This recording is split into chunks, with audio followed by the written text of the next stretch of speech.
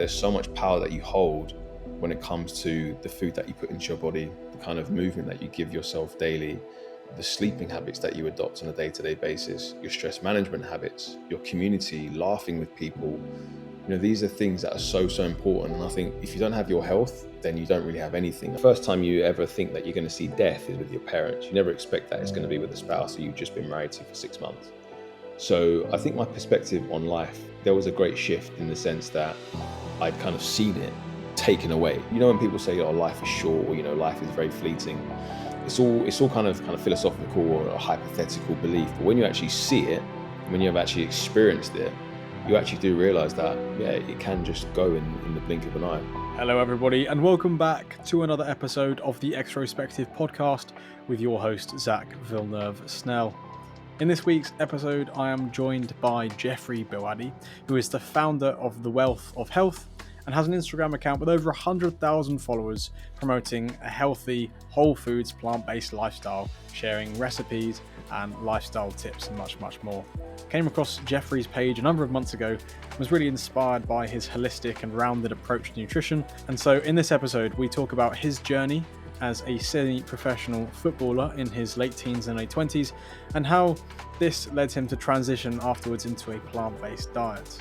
We talk about the evidence of an evidence-based approach to health and wellness, why vegan doesn't necessarily mean healthy when you see it on the label in the supermarket, the rise of meat-based diets with pages such as Carnivore Aurelius and individuals such as the Liver King, the nuances of primal eating, both for plants and for meat, and what it means to be a man amongst all of this, where now there are these associations with being masculine and going out and hunting and eating meat. But we also turn back to Jeffrey's own personal journey and how he's managed the grief of losing his wife after only being married to her for 6 months back in 2021, how he's managing that and rediscovering his purpose through into the present day and his future. I really enjoyed recording with Jeffrey. The conversation flows really well. He's very articulate. He knows what he's talking about. And I hope that there's lots of action-packed value for you to consume in the next hour and 20 minutes. But without further ado, welcome to the show, Jeffrey Boadi. Jeffrey Boadi, welcome to the Extrospective podcast. How are you doing today? Yeah, doing well. Thanks for having me, man. It's always a funny thing. We've just been chatting for like 5 minutes off air, catching up, and then I have to pretend like none of that just happened and say hi to you again. Save it for the conversation, Yeah. When I was doing my research for this, I came across you talking about a specific book and what it meant to you. So if I was to say Man's Search for Meaning by Viktor Frankl, what does that book mean to you? So that book was probably the most powerful book that I've read, and it came at a time in my life where I guess I needed to kind of really figure out where my life was heading and where my life, whether my life carried meaning. And it was at a time where I'd unfortunately, lost my wife after 6 months of being married to her. And it was a book that one of my really good friends, who was actually one of the best men at my wedding, he recommended it to me. And it just gave me so much kind of perspective in terms of understanding that, even in the midst of terrible kind of gut-wrenching situations, that your life still carries meaning. So it basically followed the journey of him when he was in a Nazi concentration camp in Auschwitz, and kind of going through some of the worst treatment that a human being could ever kind of go through, and still kind of coming out of the other end, with meaning and with purpose, and still feeling like, your life carries value and that you can still, create something special. So yeah, that book was really powerful for me, and kind of gave me almost light at the end of the tunnel, amongst so many other things that I did at that time. So yeah, I mean, I don't even think it's a book that people should just have, in case of grief or loss. I think that's just a book that, in terms of life in general, whether people are in a tough space, whether they don't know where their life's kind of heading, what direction they're going in, like, you can read that book and really gain so much perspective and how you can kind of improve your situation despite the circumstances. So yeah, that's a powerful book for sure. Not something that I've read, but I've heard multiple guests on my podcast reference it. So perhaps it's a sign that, it's good to look into and read. And of course, you mentioned that whole transition and time in your life was a couple of years ago, and that reading that book and getting back into purpose and finding, meaning and wrestling with those things kind of propelled you into, I guess, where you are today. And so for the listeners that don't know who you are or they've not followed your work, how would you describe yourself in 2023?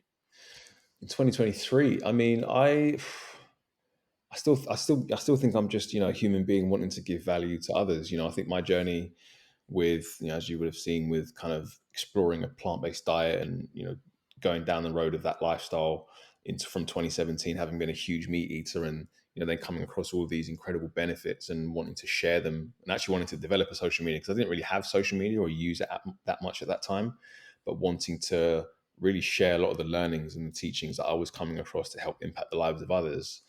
I still think that's kind of where I want to be in 2023 and where I want to continue. I want to just continue being a source of inspiration to others, in kind of showing them how to maybe explore the benefits of a plant-based diet, but also not just that, but more taking your health into your own hands. Realizing that there's so much power that you hold when it comes to the food that you put into your body, the kind of movement that you give yourself daily, the sleeping habits that you adopt on a day-to-day basis, your stress management habits, your community, laughing with people. These are things that are so, so important. And I think if you don't have your health, then you don't really have anything. I think it's the single most important thing that you own is kind of how your body functions, how you function mentally, physically, spiritually. So obviously that took a bit of a hit when everything happened in November 2021, but I took some time away and I almost feel like I had more of a kind of desire and an impetus to really continue being a value because I almost feel like this was my purpose. And I mean, I came across it, somewhat by accident because my sister told me about the documentary, What the Health, which I then watched, which sent me down the path of kind of, figuring out how to optimize a plant only diet. So yeah, it was kind of like by accident, but I think I had such a desire to want to get back to doing what I was doing because I find so much, purpose and value in what I do and what I, want to give to others. So yeah, I think with that break and with everything that happened, and then moving forward and continuing with it, I wanted to just continue being of service and being of value because I think some of the things that I've been able to kind of garner from this journey. I mean, there are great things. If you think about working with organizations and all that kind of stuff through social media, which is great. But I think the most powerful thing that I really, really love about what I do is the messages that I get from other people saying that, oh, you've helped me with this, or you've helped me understand the plant-based diet, and without you, I wouldn't have been able to do this for 2-3 years, whatever. It's really, that's like, honestly, it's priceless. It's absolutely priceless for me. So as I said, I want to just continue doing that, continue, reaching more people on a wider scale through different mediums. And yeah, just continuing to be of service and kind of fulfill my purpose. I think if I'd have come across, say, for example, you were making this content back in 2016 when I had just come across veganism, it would have made veganism so much easier and like Mm, give me so much more education on the whole variety of plant foods. I mean, just scrolling through your Instagram page since I've followed you, it's just incredible. Like it's like a mm, rainbow of color as you're scrolling down, and just constantly the informative kind of studies that you pull out or the hot takes on what other people have been saying. I think it's such a necessary voice in the space, which so often is kind of clouded and mystified with all sorts of conflicting voices and studies mm, and people claiming certain things. And I'm sure we'll have a big discussion on that yeah. later on the podcast. But do what every podcast host probably does at the beginning of the podcast, kind of like winding back, kind of giving the listeners an appreciation for who you are and how you've come through into this journey. How would you describe yourself as a kid? What were you like, temperament wise? Oh, interesting question. I like that.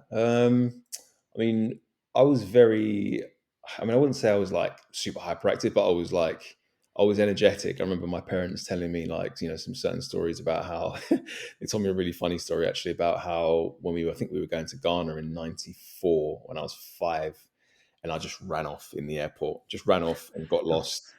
Obviously, my parents are trying to find me in the airport. I do remember like just looking at all of the terminals. They all look the same, but I was like, where are my parents? So they had to deal with all of that stuff. Like there was me throwing clothes out the window. But I mean, I wasn't someone who got into trouble at school or anything like that. Well, maybe that might not be completely true, but I guess I always wanted to just kind of do things my way. do have to say, when I was in school, I did struggle a little bit with authority. I didn't like to just be told what to do without any kind of logic or reason or rationale behind it. But one thing that did kind of keep me entertained for a lot of the time was sport. Like, I loved football. Football was my first love. Still is my first love, essentially. Obviously, even though now I'm doing other things, but I remember just watching a lot of football matches with my dad when I was younger, and really just being like, I want to play, I want to do that, I want to play football professionally. So yeah, it was just, I played a lot when I was in school, played like a bit of semi-pro and Sunday league as well. And then when I finished uni, then I went abroad to America to try and find a professional contract. Then I went away to Austria in 2015. I went to Norway 2 years before that in 2013.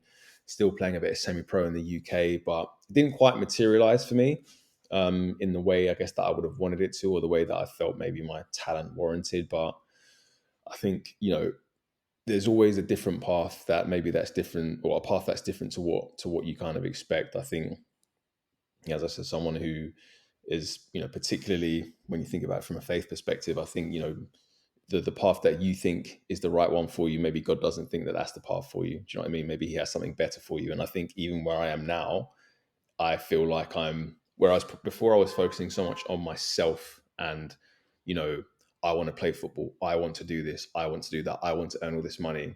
Now I feel like I'm wanting to serve others. How can I help other people be healthier? How can I give information to people that might make them better? So yeah, that was kind of the process, and kind of where I was as a kid. Very sport focused, very football orientated. So a bit of a deviation from where I am now, but I think, it's, I guess that journey was meant to be how it was meant to be. Yeah, and you said that part of your temperament was rebelling against authority and kind of doing life on your own terms, I suppose. Mm, Obviously, that's a message that is quite common amongst people who have their own businesses or have their own side hustles, or kind of build things as you have done. mm. But like, how would you say that side of your personality really helps you in your day to day life now? And is there any drawbacks to that as well that you've been able to kind of recognize? Well, I think when we think about authority, and if we think about like governments and large public figures, I think from someone who's obviously very health focused, and the direction that I'm in now, I don't think that there's much much kind of direction to steer people towards things that are actually going to help them be healthy. And people tend to kind of just go along with it, and maybe just whatever someone on the TV says from a governmental standpoint, or some politician, they'll listen to that.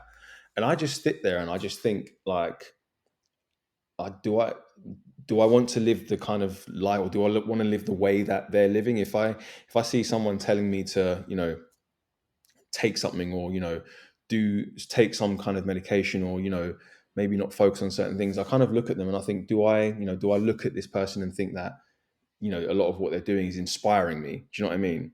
If I see people who are inspiring me and I think they can give me certain bits of advice, like there are tons of people in the social sphere who inspire me, and I try all sorts of stuff, but because I think that what they're doing can actually help push me forward.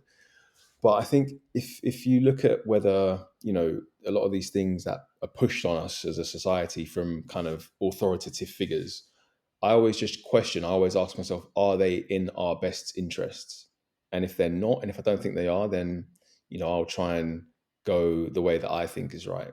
So for example, when the whole lockdown started and gyms were closed, and I remember politicians were telling people to use baked bean cans to work out and all this kind of stuff, and I just sit there and I just think, no, I'm not going to do that. So I will go and get myself some gymnastic rings and go to the park and get a proper workout in. Or some parks that might have been closed, some kind of like outdoor gyms that might have been closed, I'll just climb over the fence and go and get a workout in, because I know that's going to be right for me. Like, because if I don't think that something makes sense to me, just because something's closed or something's cordoned off because of authority, or some kind of decision from a authoritative figure, that doesn't necessarily mean that I should just go along with that. Um, and again, climbing over a fence for an outdoor gym, I'm not harming anyone. I'm just going to do my workout and get my workout in, and be done with it. So yeah, I always think that, for me, I always want to see whether what we're being told or what we're being pushed towards by authoritative figures is in our own best interest. And if I don't think it is, then I'll do the opposite. You mentioned that you came across veganism through being shown What the Health, but do you think that there's an element of questioning the narrative and questioning the authority of what we've been told about our health also played into the nagging question of like, oh, maybe this veganism thing or the plant-based eating, maybe there's some point to it. Was that kind of a factor in why you made that decision? 100%.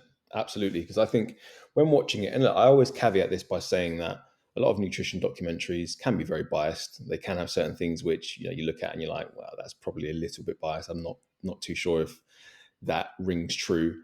But by the same token, a lot of what I watched was, I felt, hang on a second, I didn't feel like I'd been told the entire story about nutrition and how diet links to disease, because it's not like I ate unhealthy beforehand. I ate probably your typical gym bro diet of, lean chicken, sweet potato, brown rice, broccoli, that kind of stuff. Not much variety, a lot of eggs, a lot of, fish and things like that. So it wasn't unhealthy by any stretch of the imagination, but I just had no idea about how your dietary habits and your dietary patterns can impact your health. Like I hadn't made that connection.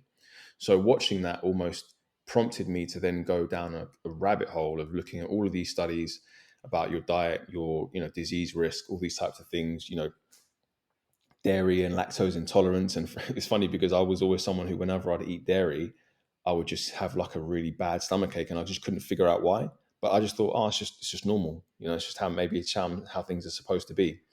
So then you learn about the statistics of people in the black community and how much lactose intolerance there is, and then you understand, and you're like, well, why haven't I been told this? Why didn't I know this? Do you know what I mean?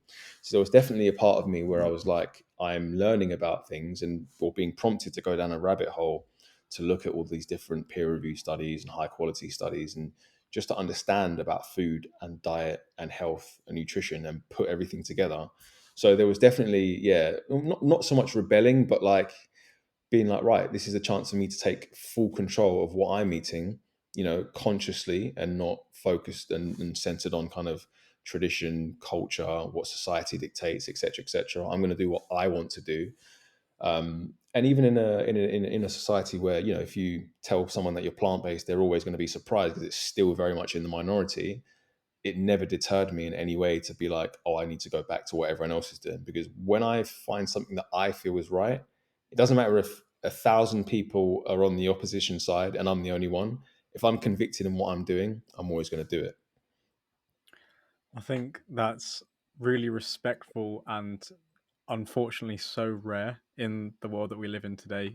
People with principle and people who will actually, have that conviction that even if all the people around them are saying one thing, they'll be willing to kind of say the other thing because that's what they truly believe.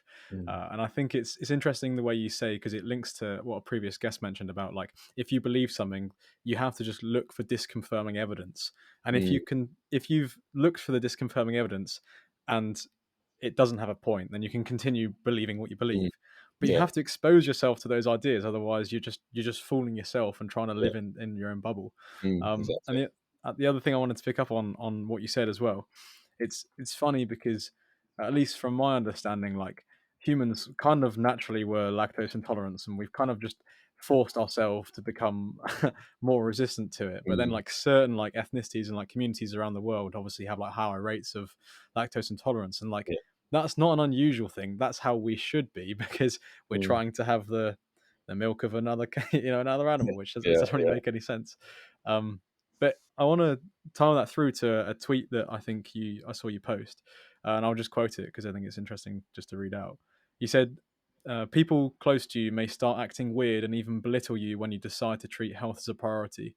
Always remember, it's just a warped projection of their inner discomfort at the fact that someone in their circle is strongly challenging their own stagnation."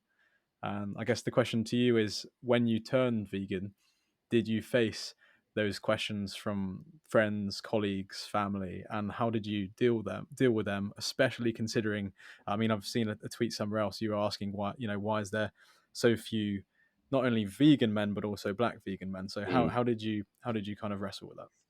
So I think there was, firstly, my mom thought I was crazy. Like she was like, "What are you doing? This makes no sense." Given the fact that growing up in a Ghanaian household and it's all eggs, it's fish, it's different types of meat, sheep meat, cow meat, all that kind of stuff.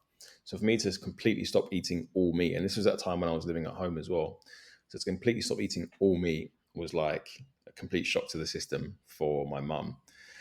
Not so much my sister, because again, my sister was the one who actually told me about the documentary, and she actually went on it. She tried a plant based diet for a little bit. I know my younger brother tried a plant based diet for around 3 months, and he said he was just like, he felt great. You know, he had less inflammation in his knees and stuff. But they went back to eating the way that they're going to eat, the way they eat now, and that's not to say that it's unhealthy. I mean, my sister eats very healthy now. You know, even with, I think she's dramatically reduced animal products and kind of getting a lot of plant foods in there. So yeah, I remember work colleagues thought, well, like, what's this guy doing? What kind of foods he got going on here? Like, I'm bringing overnight oats into work. I'm bringing like, my lentil bolognese in, and they can't really understand. And for me, it was never a case of trying to convince anyone of what I was doing. It was just like, I'm going to live my life. I'm going to do what I'm doing, and if it interests you, then so be it. And if it doesn't, then so be it. Continue living your life the way you want to live it. Um, I mean, whether or not there are other people, whether it's like, I guess once I started my social media, maybe old school friends might have been surprised. I don't know. But yeah, I mean, it's because it's going against, it's counter to the cultural narrative of eating tons of meat for, protein and muscle building and this kind of stuff. So yeah, I think it's something that for me, again, as I said, it didn't deter me in any kind of way, because particularly once I started reaping some of the benefits, improved sleep, feeling lighter, having more mental clarity, training, training performance wasn't, kind of, it wasn't, spoiled in any kind of way. We're still able to, lift heavy, run far, do all that stuff. So as I said, it was like, for me, it was a case of I'm doing what I'm doing. It's working for me. I'm going to share what I'm doing. So there's no way that anyone's going to kind of deter me or kind of, convince me to stop doing what I'm doing only because it doesn't make sense to them.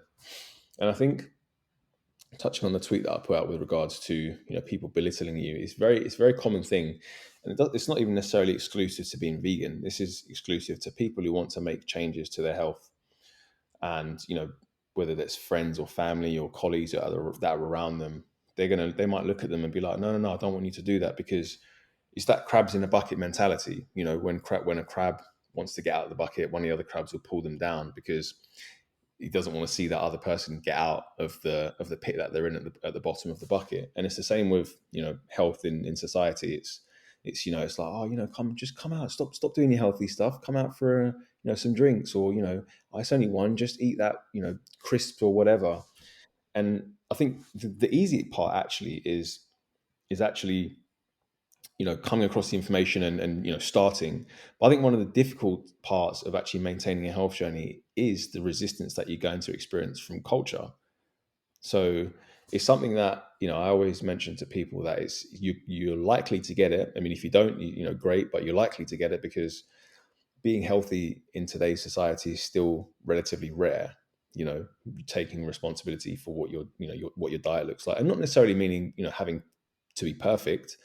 For example, at the weekend, I had a little bit of red wine with friends. Like, it's not perfection, but obviously when it comes down to the bank holiday weekend's done, you get back into it. You get back in the gym, back in the sauna, eating well.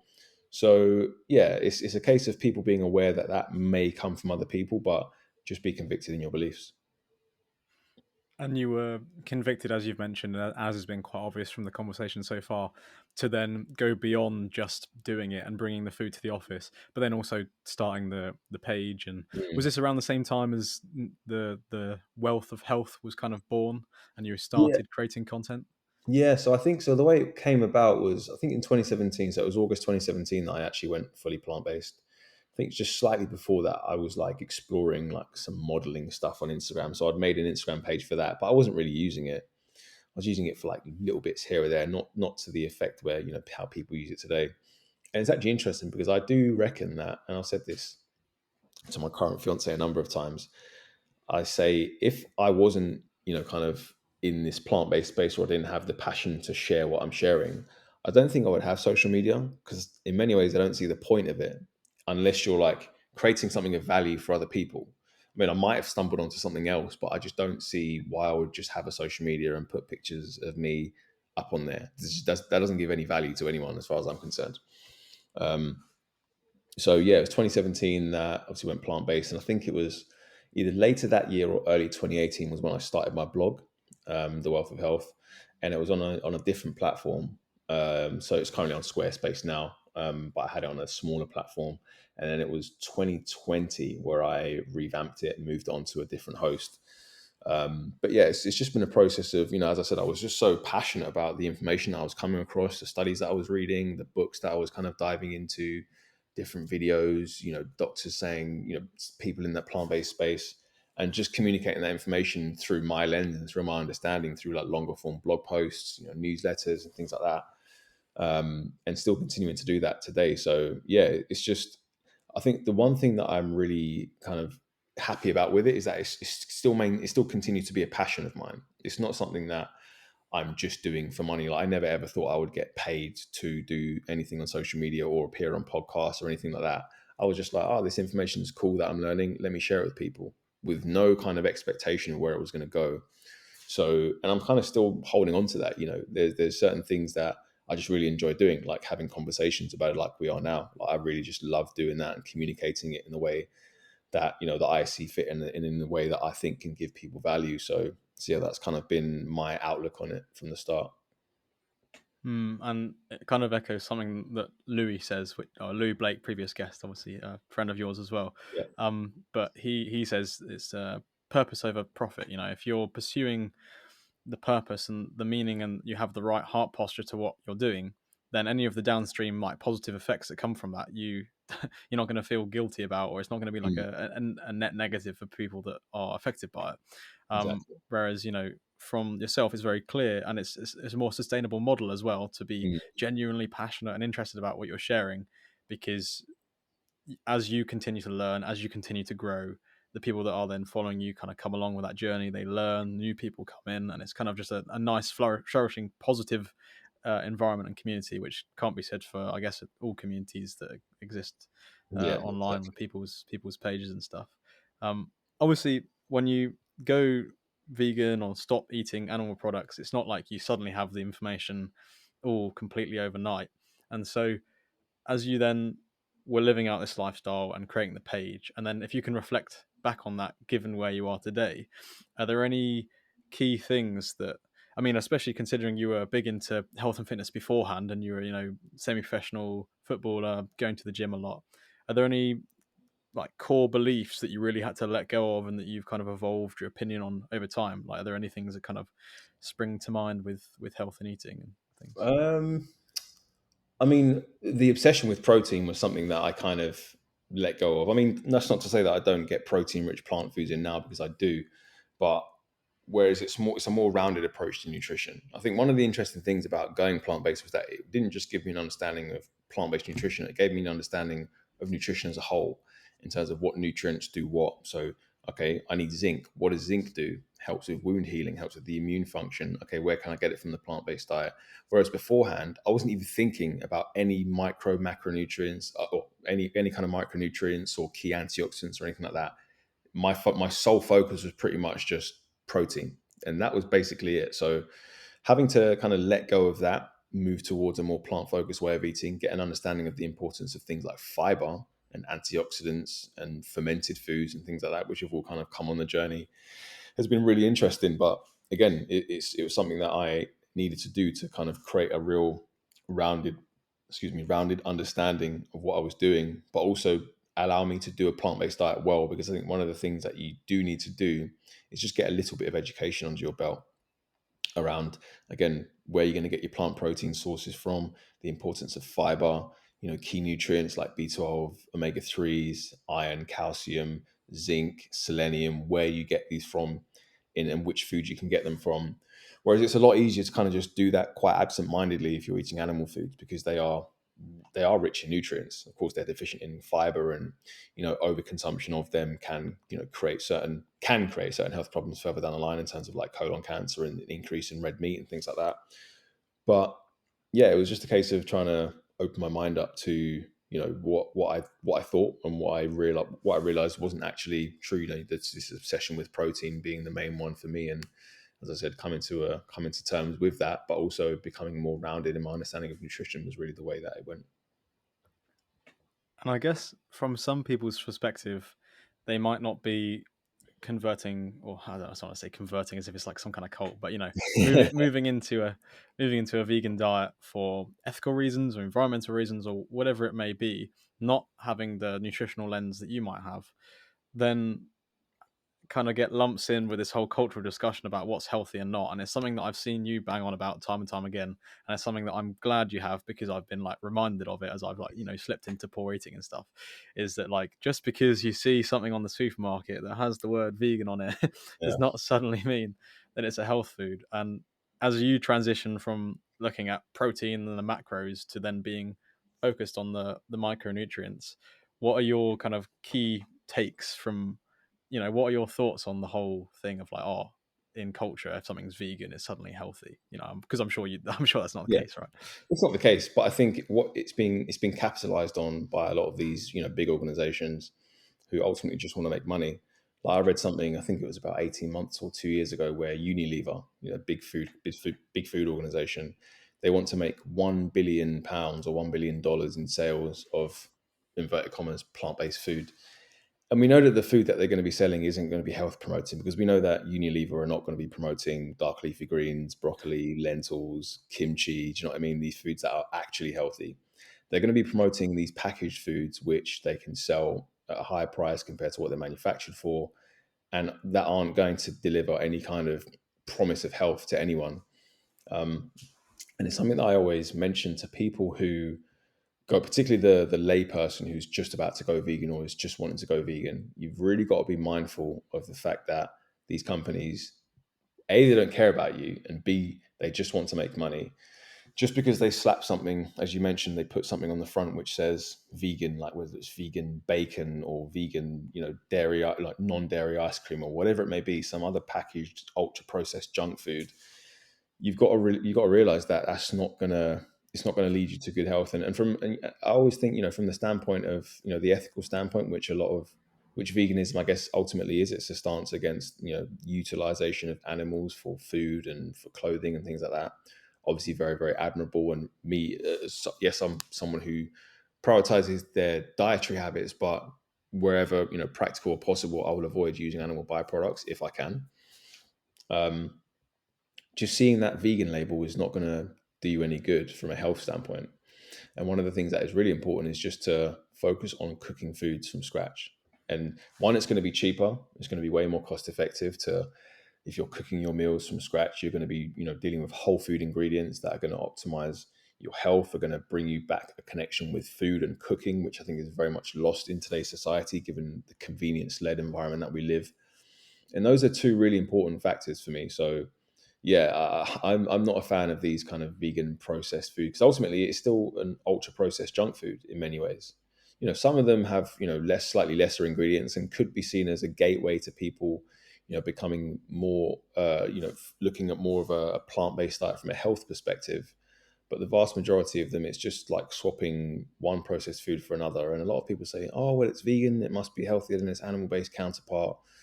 But I'm kind of just like, well, it's kind of the same. It's the same as asking if you want to be shot or stabbed. Do you know what I mean? It's the same. It's kind of the same thing, you know. And that's not to say that having these products occasionally is going to do you any harm, because it's not. Of course, if you're consistently eating whole foods, and if you're at a social event and you have a Beyond Meat burger, it's literally not the end of the world. I've done that on occasion, but I know where my focus lies, and I do understand what these food companies are doing. They're trying to capitalize on a market which is becoming bigger and bigger, and they want to gain their market share.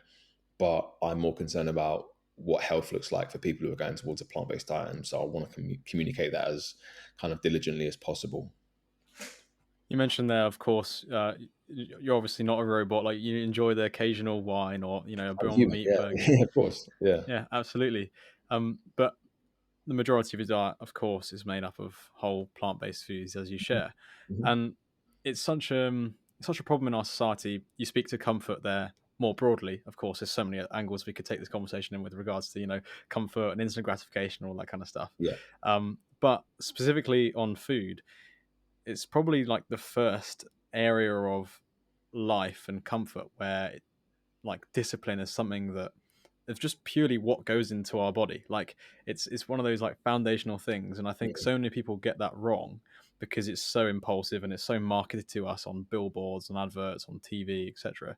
And so, how would you suggest to someone who, vegan or not vegan, but just generally with food, with all the abundance of comfort and fast food, how do they get disciplined when it comes to eating well?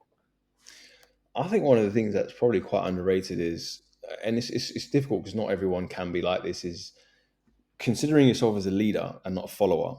Because you can start a health journey regardless of who you are. But if you're someone who's quite easily led, or you want to kind of feel like you fit in with the crowd, which by the way is like almost like a human evolutionary trait. So I completely understand that we want to be, in community, in groups and things like that. It's trying to see yourself as a leader will kind of help you to be like, this is what I'm doing. Because then actually you're more likely to think, I'm going to do what I'm doing. And actually, maybe I can get some people on this journey because I know how beneficial it could be for them, rather than being like, oh, you know what? Everyone's saying that I should just have a couple of drinks, or I should just have this, this burger or this type of food throughout the week that I don't really want to have. But just so I can continue to be liked and accepted, I'm just going to go and do it. So as I said, as I mentioned earlier, it's a lot easier to kind of actually start, but actually maintaining it in the society that we live in, where there's all these events, you don't want to miss out on these events, and there's these processed foods at McDonald's, and they taste great and it smells great when you drive past it. So I think, as I said, being a leader in that regard is really important. But also, when you make that start on it, just kind of tap in with how you actually feel. How do certain foods make you feel? Not just from a kind of taste standpoint and that kind of like that amazing kind of explosion of flavors that are in your mouth. See about how it makes you feel. How do you feel mentally? How do you feel physically? Do you feel light? How does your digestion feel? Do you feel bloated? Do you feel like your digestion's working optimally? And then once you make that connection with the food and how you feel, invariably, if you're eating primarily whole foods, primarily whole plant foods, and again, not necessarily having to be vegan, you're going to start to notice certain things about yourself, or start to feel certain things that you may not have felt before. And for me, that's all the incentive that you need to carry on, regardless of what other people are saying in and around you. So yeah, as I said, it's important to check in and see just what these foods that you're putting into your body are doing to you. And same goes if you're on the other end of the spectrum. If you're someone who maybe eats a lot of processed foods, just really try and tap in with how these foods actually make you feel. But maybe it's more difficult in that regard, because if someone's been eating processed foods for a long time, they may not be able to really pinpoint how these foods are making them feel. Whereas, for example, with myself, if I, obviously the way that I eat, I'd say it's 90 to 95% whole foods, mostly organic wherever possible. And yeah, sometimes I might have like, some kind of burger or some kind of this or that, but then I kind of tap in with how I feel, and I don't feel great. So then I steer away from those foods a lot more. I can still eat certain foods that I might not eat usually, like a stone baked pizza or some kind of cheesecake or something like that, which I'll have no problem with digesting, and I feel good. But it's the more like ultra junk food type things that really I notice it, because I'm so dialed in with how I feel when I eat well on a consistent basis. I really notice it when I deviate to a lot of the kind of junk foods that are, nutrient poor, oversaturated in calories, salt, sugar, oils. So yeah, trying to tap in with how you feel when you eat, and the foods that you eat is a really important skill to develop, and that will help you have that discipline, because you're going to want to stick with those foods that make you feel good. Is tapping into that purely just how you feel, or do you use any kind of health tracking devices or things like like Whoop or Garmin and things like that? Yeah, I mean, I use Whoop. I think Whoop's great for like sleep and things like that, and monitoring other things. But I think intuition is also important.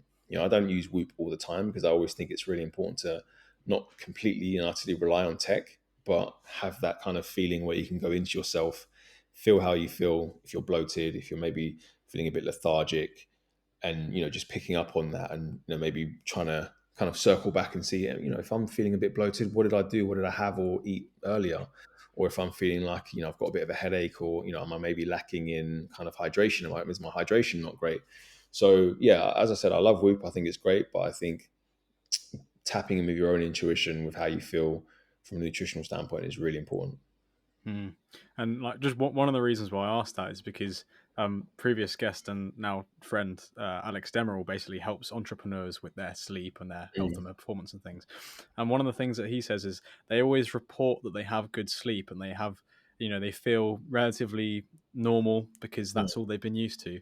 And it mm. gets, have you heard of the Aura ring? It's like a Yes, yeah, sleep yeah, track. yeah, Yeah. yeah, yeah, For listeners who don't know, it's basically a ring that tracks your sleep as anything else. yeah. And suddenly he engineers whatever, gives them advice. They get better sleep scores, and suddenly there's just like, oh my goodness, like I never Mm, knew you could be this awake and alive and like focused with deep work and things. I think mm. it's such a crazy thing that we're stuck in this level of comfort, like just enough comfort that we don't feel agitated enough to make a change. Yeah, Because but exactly. but when we make the change, as you've probably reflected on and probably can see when people have maybe come to you and said they've changed as a result of maybe seeing what you share, Mm, they clearly notice the difference. And I think yeah. it's a shame so many people were like in that sort of like suppressed Mm, level, just yeah. about comfortable, right? Exactly, exactly. It's almost like there's not enough sensible or not enough kind of, I don't want to say suffering, but something along those lines. Because I think suffering does create change. So if you get diagnosed with type 2 diabetes or, high blood pressure or something like that, then you're going to be more likely to be like, right, I need to change something. But people have to remember that a lot of these things build up. You don't just get diagnosed with type 2 diabetes right off the bat. That's been building for years, pre-diabetes. Your insulin resistance slowly becomes, greater and greater. So that's been coming further down the track. High blood pressure, you might have a lot of these other symptoms, or you might start to feel, brain fog, for all these other things. Like, this has been happening for so long. So I think it's really important that if people do feel like there are issues that are there, then they need to address them. And it's actually why I'm so big on people getting blood testing done every year, because blood testing will actually give you information as to what's going on in your body that you might not be able to see. And I'm really, really a big advocate for people doing that at least once a year, because then you can have an idea of where things are at.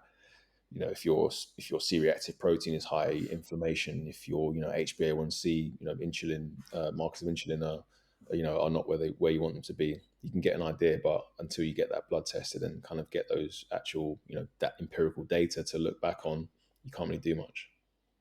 It's a good shout. Maybe I should consider doing it. Everyone, Um, I think everyone should do it at least once a year. yeah, yeah, okay. One tweet that actually you put out, which it just does tie back, and I wanted to mention it because it's kind of, Mm. I really like the way you worded it. Someone basically just said, "What inspires you to lift?" And you just replied on Twitter, "The fact that if I don't lift, I don't feel inspired." And I thought that's such a like succinct way of putting it, as to all these things where doing something that is maybe hard in the moment, but then it produces the fruits to then feel better, I suppose. And I Yeah, just sort of wanted to touch on that. yeah. Um, there's a couple of things we've mentioned in the podcast that I kind of want to delve slightly more into. Talking about, spoke about it with Louis a little bit on the podcast, which would have been a few weeks ago now, about the link between masculinity and veganism and the rise of, because I feel like you went vegan in 2017, right? Hmm. And I was like 2016. I feel like there was kind of documentaries were coming out on Netflix, and there was more of a movement behind it. But then, almost like post-pandemic, in the last couple of years, there's been the rise of pages which are generally good, but things like Carnivore Aurelius and Mm, Liver King, mm. and a lot of dogma around eating raw meat, and then the association of like feeling manly and hunting and Yeah. stuff. Um, what's your take, essentially? Like, what do you think really that the message should be, considering they're trying to associate masculinity with being back in kind of like this primal environment of like Mm. hunting and eating raw meat, right? The really funny thing about that is that, they all talk about this, primal environment and going back to your hunter gatherer kind of roots and all of this kind of stuff. But they're tweeting from a 2023 iPhone, or they're writing it on a 2023 MacBook connected to Wi-Fi, living in a nice flat. So that's not very primal, is it? That's very modern. You know what I mean?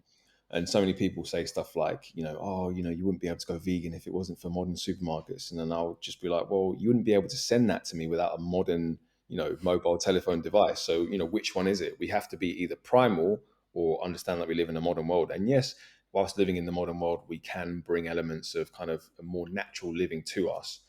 But this whole thing of raw meat and all this kind of stuff, it's just bizarre. And I think, Liver King, of course, he had his critics, very recently because of all of his steroids and testosterone stuff. But for me, it's like, I think from a masculinity standpoint, I think being a man isn't really tied into what you eat. Being a man is more about, your honor, your strength, both physically and mentally, your capacity to feel your emotions, but not be directed by them and not be kind of led by them completely. Being a provider, being a protector. And I don't, if I've just outlined all of those things, I don't feel like meat has anything to do with that. You can eat meat and great, you can, but there are plenty of men who, might eat meat, but the liver kings of this world probably wouldn't consider masculine. So what is it? Do you know what I mean? I think there's a lot of holes in what these guys do. I try not to get too caught up in what they do because I think I'm not going to try and convince them that my way of doing things is better. If someone feels great eating raw meat, that's good for them. Like I'll just let them crack on. But for the majority of people, I think, well, for the vast majority of people, I just don't think that makes much sense at all. I understand that you live in a modern world, eat in a more balanced way. And this many people who talk about hunting and hunter gathering and all this kind of stuff, they're buying their meat from local butchers who are going to do it for them. So I don't think there's many people who are actually hunting for themselves. I'm sure there are some, and if that's what they do, then great, good for them. But the majority of people are just pulling their meat off the supermarket shelves, which again runs contradictory to this whole kind of primal hunter gatherer thing. So yeah, it's an interesting thing, and I think one thing I think is strange is that it's very much like anti-vegan as well. And it's like if you believe in what you're saying, why do you need to create an enemy for yourself? But I think that's something that the ego does, and I've reading The Power of Now multiple times in the last sort of 4 or 5 years, understanding that the ego always wants to create an enemy and always wants to have something against it to kind of fight up against it. I'm someone, yes, I adopt a whole food plant-based diet, but I'm not going to try and convince anyone, that, the carnivore diet, I think it is pretty stupid to eat no fiber whatsoever. But if people want to eat a heavily animal-based diet, it's great. I think if that's cool for them, but they'll likely eventually see, and there might be more people who might follow these people who then will unfortunately see, whether it's, increased risk of cardiovascular disease or increased risk of colon cancer. It's sad, but I think it's difficult to kind of steer people away from what they want to believe, particularly if they've not got much of an open mind. So yeah, that's my take on it. I just think it's a very strange thing to see. I suppose it's anecdotes flying left, right, and centre. And Yeah, do you know Simon Hill? He has got a yeah, I podcast know. called The Proof. Simon Hill is probably one of the best, if not the best, in the space in terms of really breaking it down when it comes to the science of food. And yes, he's 100% plant based, but he said that if you animal products can form a small part of a healthy diet, and they can.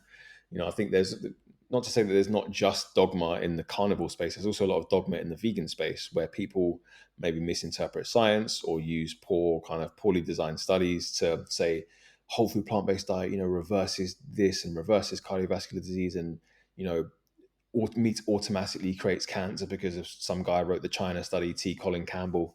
And that's just, again, it's not the case. It's always somewhere in the middle. Do you know what I mean? Yes, if we look at meta-analyses of randomized controlled trials looking at certain dietary patterns, or observational studies that look at people's eating habits over a long period of time, we do see that people who eat more plant protein and less animal protein have lower risk of all-cause mortality, which is dying from all causes. That's not to say that if you had a small amount of animal products in your diet, let's say it's like 5 to 10% of calories, that you're gonna have any problems, because the dose makes the poison, of course. So yeah, I like Simon because he's very much like, he just sticks to the science and not the dogma where a lot of people do as well. And the reason why I bring it up is because he shared something probably like last week at the time of recording this, which like really rung true with what you've just said, which is that like we don't have the anecdotes from people who have been doing the carnivore diet into their 60s, 70s, and 80s, because Mm, they're often the people who are like unfortunately passing away from things like the heart attacks and like mm, severe strokes and things, and yeah, like it at a young age, often you don't see the internal, do you? Like you can be a no, young, fit, healthy individual just eating bone marrow and liver. yeah, But those things, as you say, type 2 diabetes, it's not something you get overnight. It's something that yeah, compounds over yeah, time. And I exactly. suppose the Same studies with are showing. same with heart disease. These diseases have what are called like really long latency periods where they just build and develop over time. That could be 10, 20, 30 years. So you might be feeling great on a carnivore diet now when you're in your 30s, But how do you know whether how beneficial that's going to be when you're 55? We don't have that data. So it is in many ways for a lot of people like playing Russian roulette. And there's actually a really interesting page on Instagram. I don't know if you know it. It's called Carnivore Cringe. No. Like, it's really, really good because what it actually shows are the people who make comments about their struggles and them having to stop doing a carnivore diet. So people talking about not going to the bathroom for a week, or people talking about sweating. It feels like they can smell ammonia on their body, and all of these different things. But obviously, we don't see those because we see the anecdotes of people like the Sean Bakers, the Paul Saladinos, these people who eat very, very heavily animal-based diets, and those are often the loudest people in the space. But the people who really struggle on this type of eating, on this way of eating, sorry, they're often not very loud in terms of their experiences. So it's always interesting to see how that plays out. Knowing that this is a podcast which is kind of grounded in psychology, although it's just obviously everything that kind of flows out of that, I've Mm. just on the spot kind of asking myself and in my head, like, what's your take on the reason why people can be so dogmatic when it comes to this stuff, and not like yourself, who is potentially more pragmatic and open-minded and curious and things? Because you mentioned like a Paul Saladino or whatever his name is. I Mm. always see his clips come up, and he speaks with such certainty and Yeah, authority on the things that he's saying. yeah. And it's like, well, I recognize that message sells, but that's also not a good thing from a psychological perspective, because he's so convinced that he's no longer open to reasonable Mm. evidence. So I don't know whether you had any like thoughts on like why someone can can get to that way. Is it like a defense mechanism, or like what is it? Yeah, I think it's a variety of things. I think for someone like Paul Saladino or anyone else who financially profits from their standpoint. Even if they started to, for example, Paul Saladino, he used to eat just animal based, and then he started incorporating fruit, and then he started incorporating honey, and then he started incorporating rice. Who knows why? Maybe he was having some issues, with his digestion and the lack of fiber in there. So, as I said, if when people are financially profiting from their point of view, it often leads them to continue to double down, even if behind the scenes things may not be working as they would want them to work.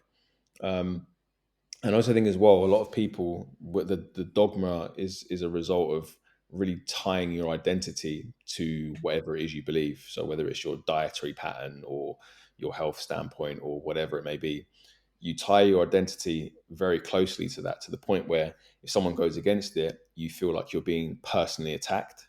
So that's when you have to lash out and defend yourself and defend your standpoint, because you almost feel like for example, someone defending a carnivore diet with their life is almost like defending themselves from a barrage of attacks, when that's really not the case. So for me, if people, I always like to just try and stick to the science, stick to what the science says. And obviously I have my own other abstract thoughts based on my own, personal experience and the experiences of others as well.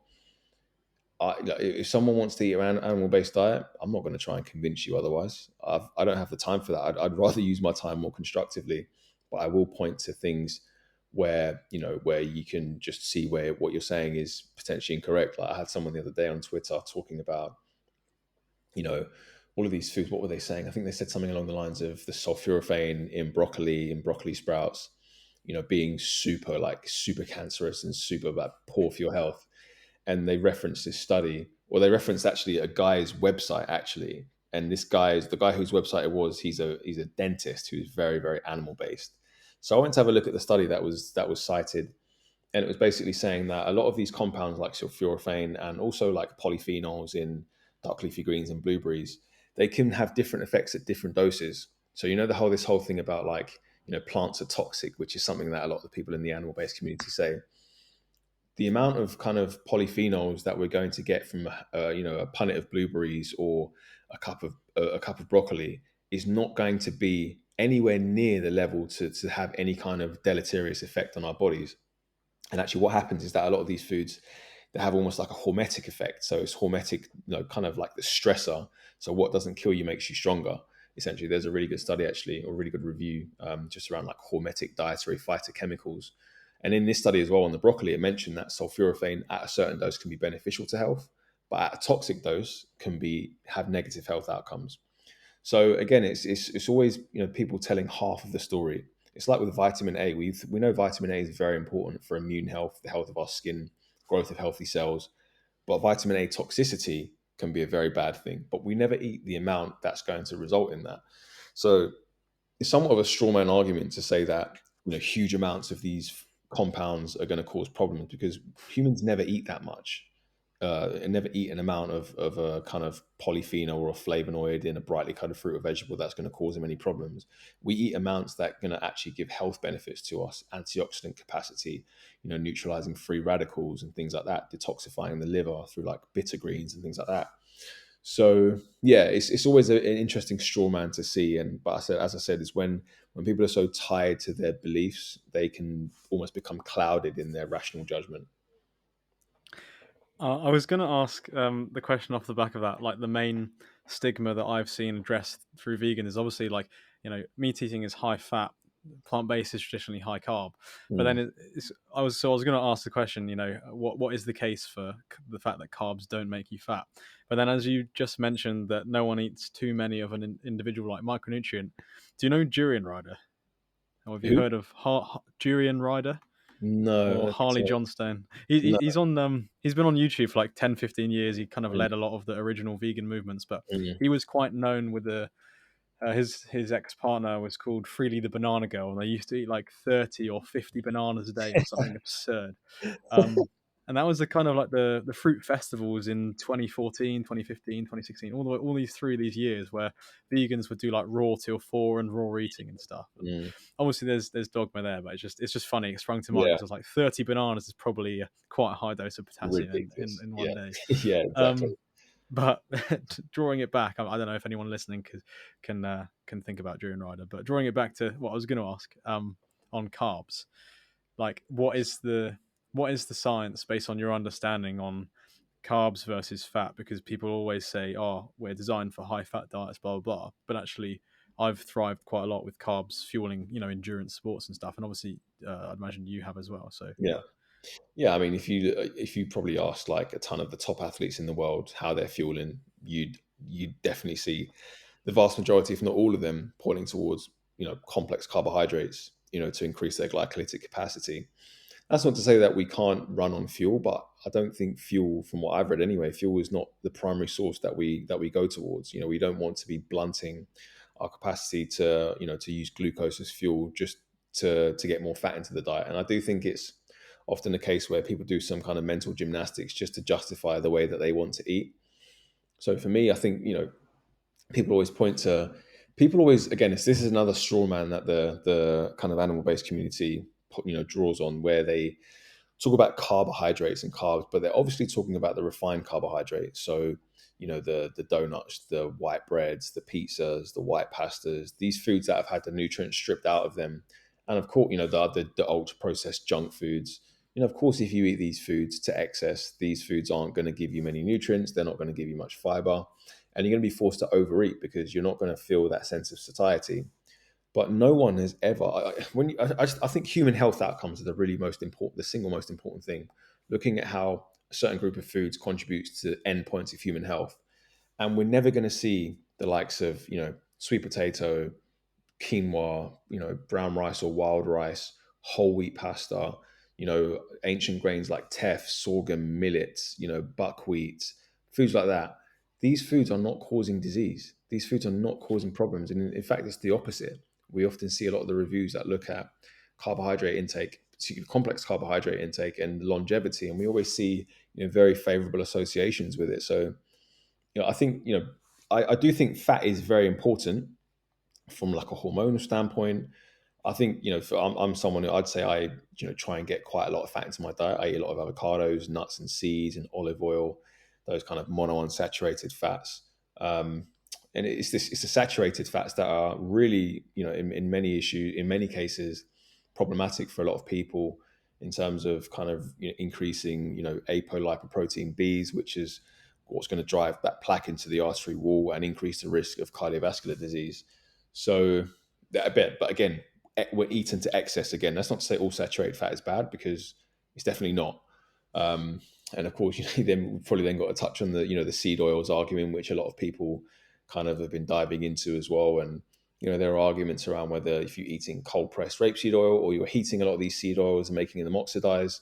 Again, I don't really care too much about that standpoint. I mean, I personally steer towards olive oil and avocado oil as my choices. I think they're better for high heat, particularly with avocado oil. And with regards to olive oil, it just tastes great, and I love it. So that's what I tend to steer towards. But yeah, I think again, I think the whole super high fat thing is probably a means of people trying to justify their eating choices. Yeah, that's true, isn't it? A little bit like you said earlier, where people attach their identity to something, therefore they choose to die on that hill, even if it's Mm. the complete wrong hill, because Yeah, they're so rigid in what they believe. exactly. Um, I kind of, as I'm kind of looking at the time, kind of coming towards the latter phase of the podcast, I realize we touched on it at the beginning, but I do think it's in a kind of an important conversation to have as to your own personal journey over the last few years. Like, obviously, you've got the content creation, but you've also got your personal life alongside this, and you've talked about identity shift and having to do inner work, and I think that's obviously like relatable in a number of ways for different people, regardless of where they're at in life. And so, you mentioned unfortunately losing your ex-wife. Was it to cancer at the end of? No, so there was still certain things that she had. It was ultimately sepsis. That was what was the Okay, biggest issue there. So, but she sure. had certain kind of issues with bowel cancer in the past before I'd met her. But I mean, it was still a huge surprise, and God rest her soul. She was an incredible human being. So hmm And so, like looking back on that time in your life and before, and then as to where you are today, like how was that experience from your perspective, and how did you manage to get grounded back again in finding that meaning? Because we glossed over it a little bit at the beginning, but mm, I think someone listening to this might have lost a loved one, or they might be going through something where they feel this pain, which is a universal human experience, but obviously mm. you've had it recently, and obviously it's an ongoing thing, of course. But yeah, how have you been able to make sense of that and move forward? I think one of the things that I felt really helped me was the capacity to kind of go back into the habits that I know have served me well over the years. So training hard, eating well, reading books and trying to gain an understanding and challenge myself physically and mentally. I think it was, Chris Williamson. He's got the Modern Wisdom podcast. So I think he spoke on, I don't know whether it was his podcast or another podcast where he spoke about kind of, what was it? Kind of talking about the challenges that you kind of bring to yourself in your life. What exactly was it that he said? Chose That's it. So he talked about the concept of chosen suffering and unchosen suffering. So unchosen suffering is going to come to pretty much all of us on this planet in some form, whether that's losing a family member, losing a friend, losing another loved one, losing a job or whatever it may be. And the way in which we can become a stronger version of ourselves to deal with those things better is through chosen suffering. So whether that's, for me, chosen suffering is training every day. That's pushing myself physically. That's reading. That's continuing to ask myself questions and be the best version of myself that I can be. These are all things that are quite uncomfortable in the moment and can induce kind of like a micro suffering, but the longer term impacts of that are really powerful. So I think all the habits that I've kind of cultivated over the last sort of 6 years really helped me, I think, to kind of get through this. And someone who also has wanted to have a relationship with God for so long. I think there's so many questions that you ask. You know what I mean? You think you always just trying to lean on God's understanding and seeing where things were going to go. Like I was wanting to know what plans God had for my life, and you can't see it in the moment, but you just have to almost trust God in some kind of way, even though it's very, very difficult at that time. And I think one of the understandings that I came to and I wanted to come to was that, this is life. Unfortunately, these things happen and they're going to happen to a lot of people. And I think one of the other books that I read alongside Man's Search for Meaning was a book called Option B by Sheryl Sandberg. And she's the COO of Meta, I think she is now. And she'd written a book with a psychologist, and it was all about her personal experience of losing her husband very suddenly while they were on holiday. And just that kind of visceral, that raw, unfiltered account of what she went through almost helped to validate what I was going through. So I was kind of thinking, because when it happened at the start, I was kind of like, how has this happened to me, kind of thing, thinking that this doesn't happen to other people because you're obviously you're only in your own kind of mind, in your own space, and you're trying to figure things out. But reading what she had gone through, and then I went to read a whole, load of other blogs about people, how was the process of them getting back into dating from being widowed and things like that. And you just really start to get a perspective of like so many other people's experience. And it just helped me to kind of gain, clarity and almost make sense of what I was going through. And I wanted to really, make a point of coming to a place of acceptance of it and continuing to live in her honor in many ways, and still be, still live in purpose. And, I'm with someone new now. I got engaged 2.5 weeks ago, which has just been, Congratulations. thank you. I appreciate that. Like, the most incredible woman. Like she's such a character. She's just got so much character about her, so much love, and there's so much like, yeah, it feels weird in a way, because it's like I never thought that this would ever be the way that I would meet someone as incredible as who I'm with now. But I guess I've just got to be very, very grateful. And as I said, thankful for a lot of the things that I did, thankful for God for bringing her into my life.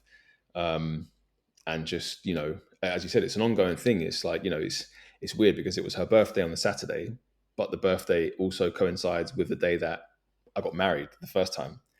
So it's a really interesting kind of juxtaposition, and thinking about different kind of emotions there. But I think again, this is just how my life is. I'm not trying to change anything. I'm not trying to, you know, try and avoid the reality. I think dealing with the reality of what's happened has been really helpful for me. And I think given all of that, I couldn't wish to be in a better place in my life, given everything that's happened. Like just a lot of gratitude for where I am, gratitude for who I'm with, and excited for the future and family and things like that. So yeah, I'm really, really, really grateful.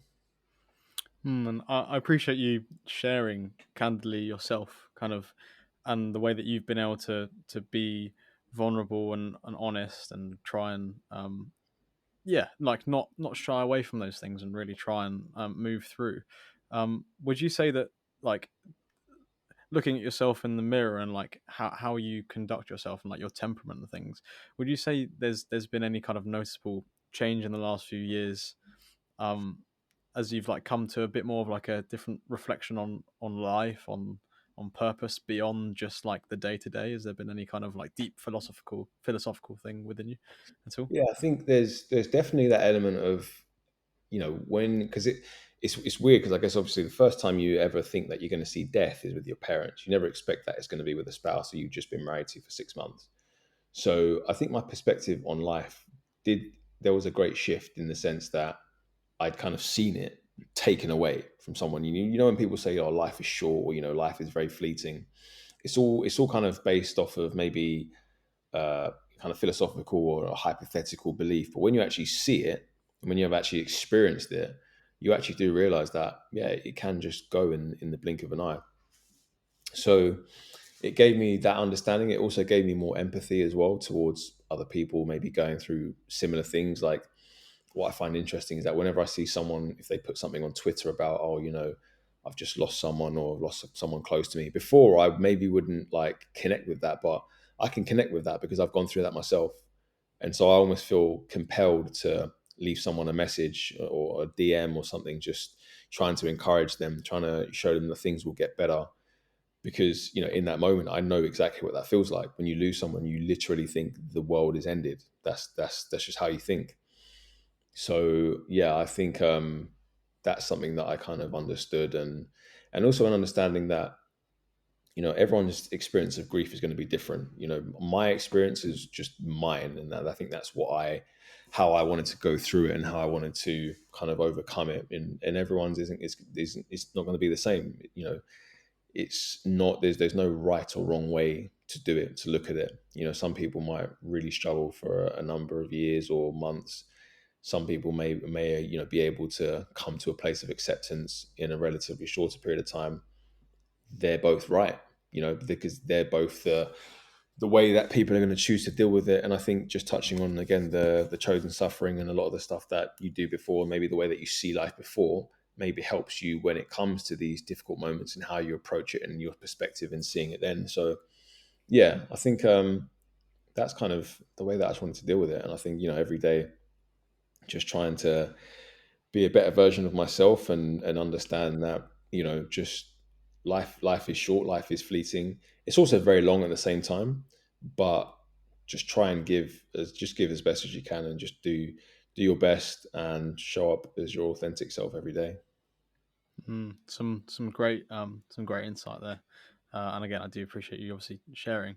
Um, you mentioned earlier on in the podcast, if I can think back, that your mindset obviously shifted from when you were trying to make it as a footballer in all these different countries, that it was all kind of inwardly focused, and that kind of shifting into more recent years, it's been more outwardly focused. Just wanted to ask with regards to like the day in day out sort of work and how you show up as an individual now. Obviously, we've talked about the obvious top level stuff of you sharing content and being more, maybe reaching out to people when you notice people are sharing things that you've been through. But how does your heart posture towards helping other people show up in like the day to day life in what you do and what you get up to? I think even just take away like the stuff that I do on social, or even my day to day as a content designer. I think one of the things that I really just like doing is I always want to just try and help someone every day. Let's just say it's a lady's at a train station and she's got a buggy that she needs to get down the stairs. For me, it's just like an instant reaction to just want to go and help and just go and do what I feel is the right thing, whether or not other people are walking past, because I know that helping someone is the right thing to do there, and that will put a smile on her face, that will put a pep in her step, or whatever it may be. So just stuff like that, or even if walking around and you catch eyes with someone, just say hello. Like, I think I was having a chat with my fiance about this the other day. I think that's just something that we don't do enough of. Just connect with people, even in that small way. I think we've become very individualized in society today. So yeah, I think that just little things like that, just wanting to be of service, wanting to help. And then, as I said, with like the social media stuff, just trying to give someone information that could help them.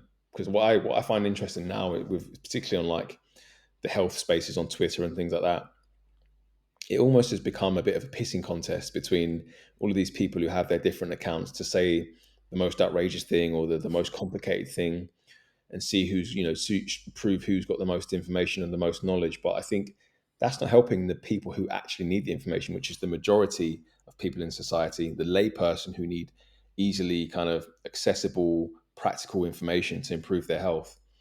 Those are the people who need it. So there's no point in posturing on social media or Twitter or Instagram saying you've got all this information and you're doing things in a really interesting way, particularly if you're saying you want to help people, because doing things in a really complicated way with maybe certain things that people might not have access to doesn't help them. So yeah, I think that's another really important thing to think about for people as well. And for me, it's always been about, as I said, wanting to just try and give people information that they can use to better themselves.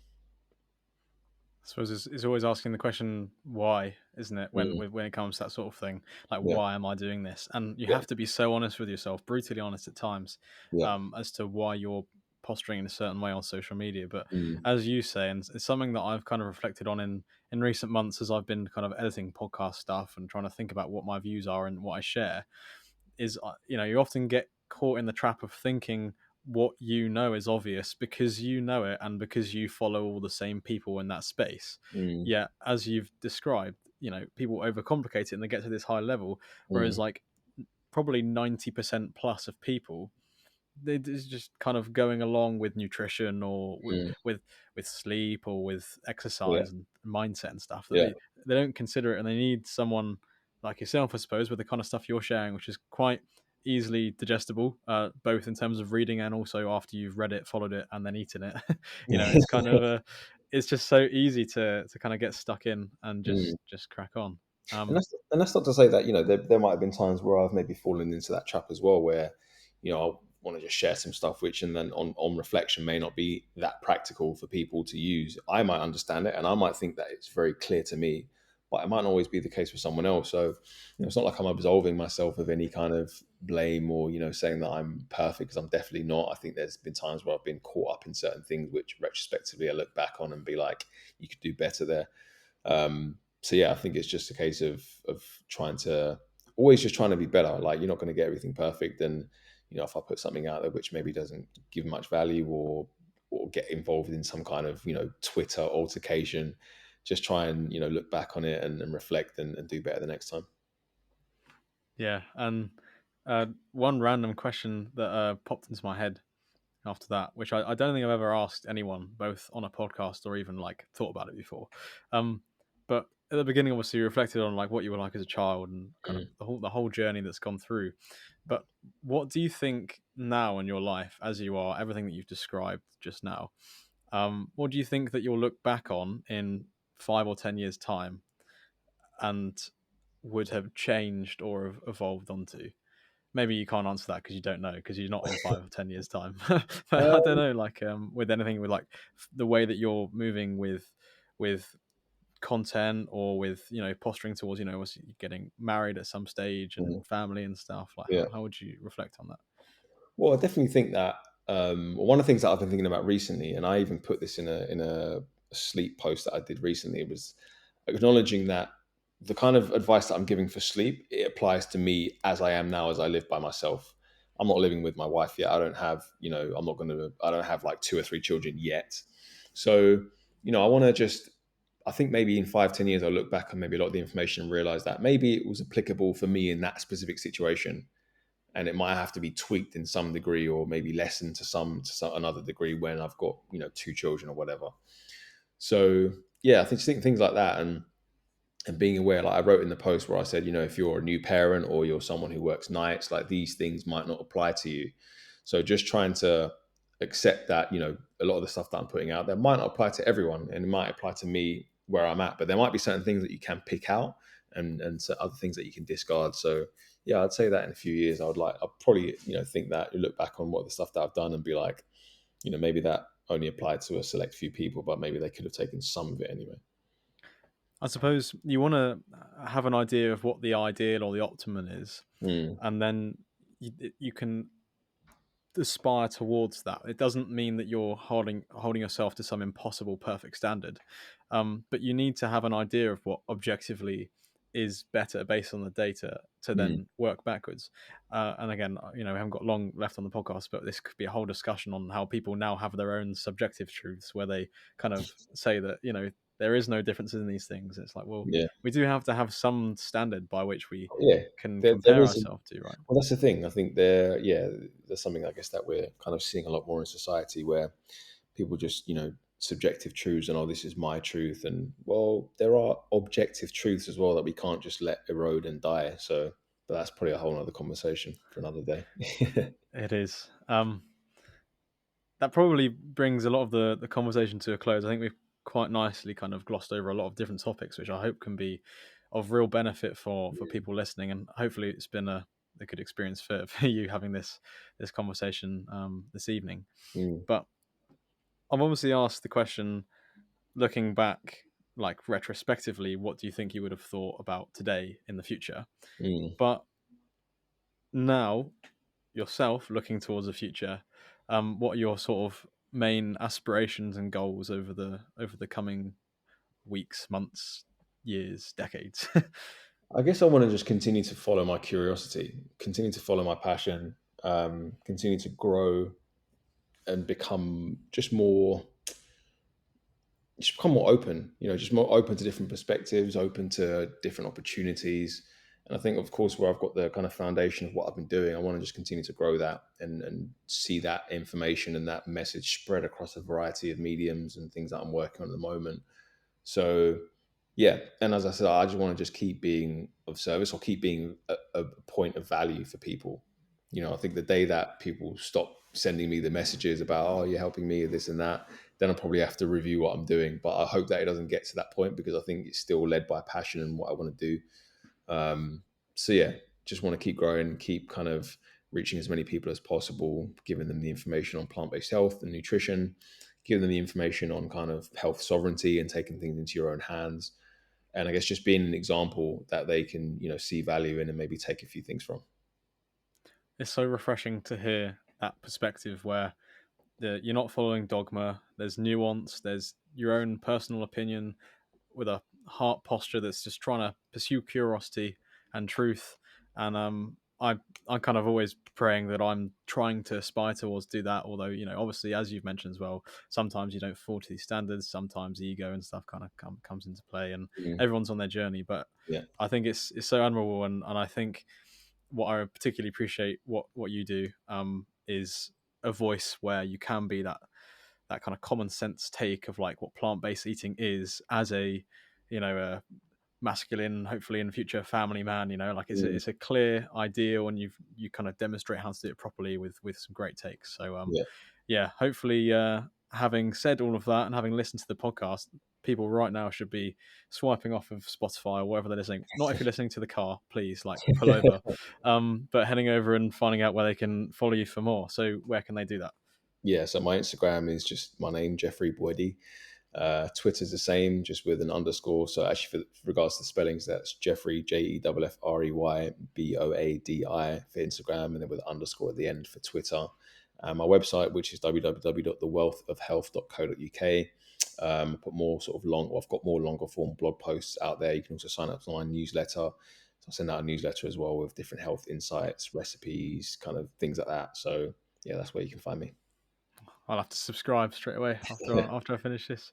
It's funny, my Twitter's exactly the same. It's like somehow someone had my name before I set up the Twitter, so there's an underscore. But no, I appreciate you sitting down for the conversation. Hopefully, it's been of real benefit for people. And Yeah, yeah, appreciate you thanks having for me. the chat. Thanks, man. Appreciate you having me.